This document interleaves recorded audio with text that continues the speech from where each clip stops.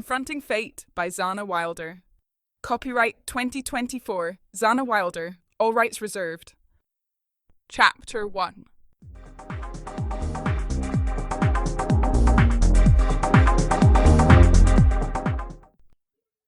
Preening in the mirror, I twirl and flash myself a smile. My reflection grins back, daring me to do my worst. It's Friday night on the VIP floor in Club, the most exclusive nightclub in the city. Slicking on my favourite red lippy, I pout one last time before stalking back to where my friends are lounging at the bar. Lizzie, darling. I flinch inwardly as Stefan, last month's fling, strides over. I wondered if you might turn up here. I've so missed you. Sarah's scowl says it all. He's got a damn nerve showing up here. As if I didn't just find out his dirty little secret. I wave a manicured hand in his direction, flicking him a V. The shit has a fiancé in Paris. A fiancé I knew nothing about. My anger bubbles to the surface all over again. The very thought. I should tear him apart. Slowly. My fingers tighten on my glass. Sarah bulldozes past Stefan, grabs my elbow and steers me to the dance floor. He's not worth it, Liz. Find him in here and even your charm won't get you back into Club. Not this century. Take a deep breath and remember what you did to his car. You got your revenge. Liz, look at me and breathe. Doing what she says, I concentrate on dragging the air in and forcing it out for a few long moments. Slowly. It works. The corner of my mouth twitches. His poor car. Shaking my head, I shut my eyes and let myself relax into the beat. We're here to dance and have fun. Forget shitty ex-boyfriends and have fun. The bass fills my chest and my head and I lose myself.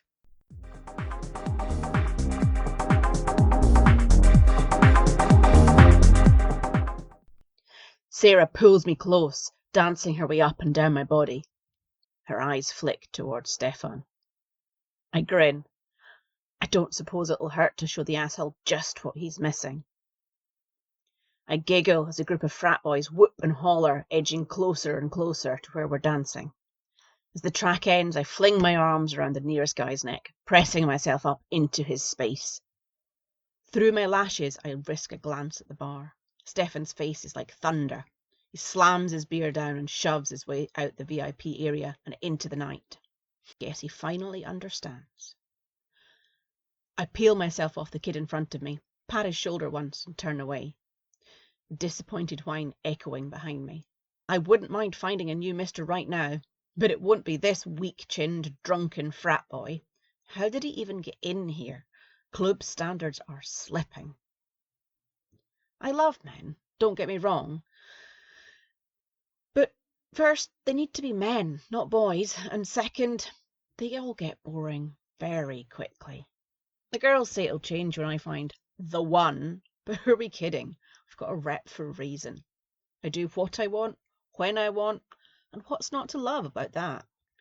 I've got my own money and an amazing bunch of friends. Why would I want more?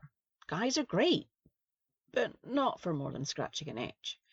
Who needs a lovelorn puppy traipsing around after them all the time? No, thank you. I pull Sarah back to the others and we collapse in the seats in a whirlwind of laughter. It's a shame Freya couldn't come. Sarah shouts over the noise of the music. I sigh dramatically. She's just busy. We'll drag her out next time. I hide my white lie with a flashed smile. Freya, I fucking guarantee, is not busy. She just prefers her own company and a book. I'm pretty sure she feels out of place with this crowd too. She doesn't have old money, not like the rest of us, and not like the trust fund babies that haunt Club either. In fact, from what I can tell, she's flat broke. Her loss. Smirks Yasmin, eyeing a couple of men who've just strutted in. Think you could handle the two of them, Liz? Frowning, I peer over. Their scent hits me just as I recognise the men themselves. Dragon shifters. And none other than the infamous Ferris cousins. I chew my lip and peer at them. They are hot. I've seen them before, sure, but only at a distance. Not only are they stupidly attractive, but they're pretty much royalty in the shifter world. Although, given their arrogant stares, they know it. They're normally pretty elusive, but when they come out to play, oh boy, I edged sideways on my chair for a better look. They're both tall, with chiseled jaws and slate grey eyes. But the similarities end there. The elder cousin oozes a dark dominance, his toned body barely contained in a black shirt, leather jacket, and tight jeans. The other Ferris is all blonde hair and surfer dude charm. Not quite my type. I wrinkle my nose delicately. I knew it. Yasmin gloats. Even Liz couldn't control those two. I glare. She knows I don't back down from a challenge, damn it. I mean, I won't be taking them home, not if they're not doing it for me, but a little flirt? I down the last of my drink and stride over. Game on.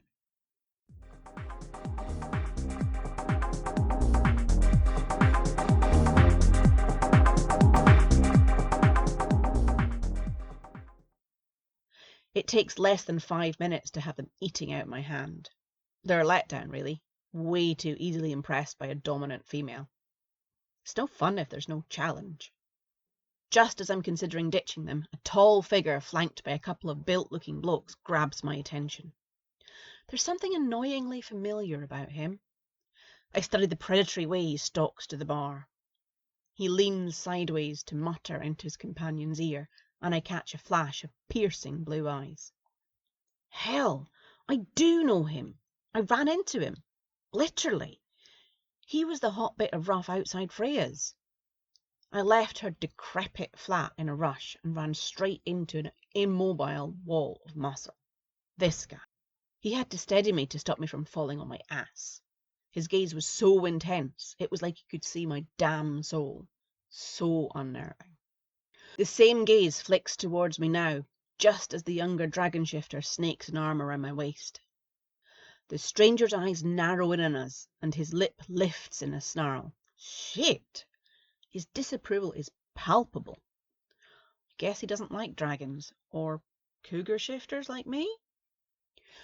I extract myself from the dragons, ignoring their disgruntled posturing, and scoot back to my girls. Yasmin cocks her head on the side. Too easy, Yas, I snort. Can't picture them being anything other than time in bed. Disappointing, Only you. hisses Yasmin. Only you could have dragons. Fucking dragons. Eating out of your hand within 5 minutes of swishing your hips at them. This is exactly why I don't push Freya to come out if she doesn't want to. She's my very best friend, but she's also all human. We have to rein ourselves in with her. Watch our words. I can't tell her, not about me, not about the whole supernatural world. It sucks, but the rules are there for a reason. Humans who find out about soups, they generally cause a whole heap of trouble. And, well, the council come down on anyone who breaks the rules now. Hard. That's the real problem with this country. All the rest of us, the shifters, the vamps, the witches, and every other fairy tale creature you don't believe in, we have to hide our true selves. I glance up. The shifter from Freya's is watching me over the top of his pint. He glares when his gaze snags mine. What the fuck is that guy's problem? Now there is a bit more of a challenge. I nod my head in his direction. That delicious bit of rough has done nothing but glare at me whenever we've met. Yasmin and Sarah strain their necks. Who? There, the guy with the angry scowl and the 2 sidekicks. Sarah looks at me askance. He's not exactly a bit of rough. She leaves me hanging. Tell me, Sarah. He's the upcoming beta for the Fenrir watch pack, you bimbo. Gulping at my bubbles, I blink. The fiercest shifter pack in the country, in Europe. That explains the quiet dominance rolling off him. And a beta. I've never been with the beta. Now he's definitely a challenge.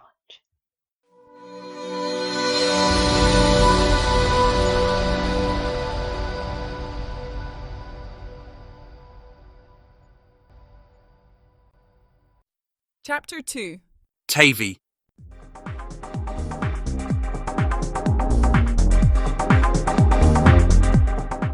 club isn't exactly my normal haunt. Too many rich kids, most of them looking for a quick hookup. And where's the romance in that? But I need to relax, and Gareth loves it here. Lyle shifts from foot to foot beside me, his giant frame almost busting out the one decent shirt he owns. I'm not sure which of us is more unsettled.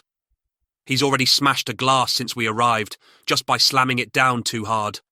And club is not the kind of place where that shit goes unnoticed.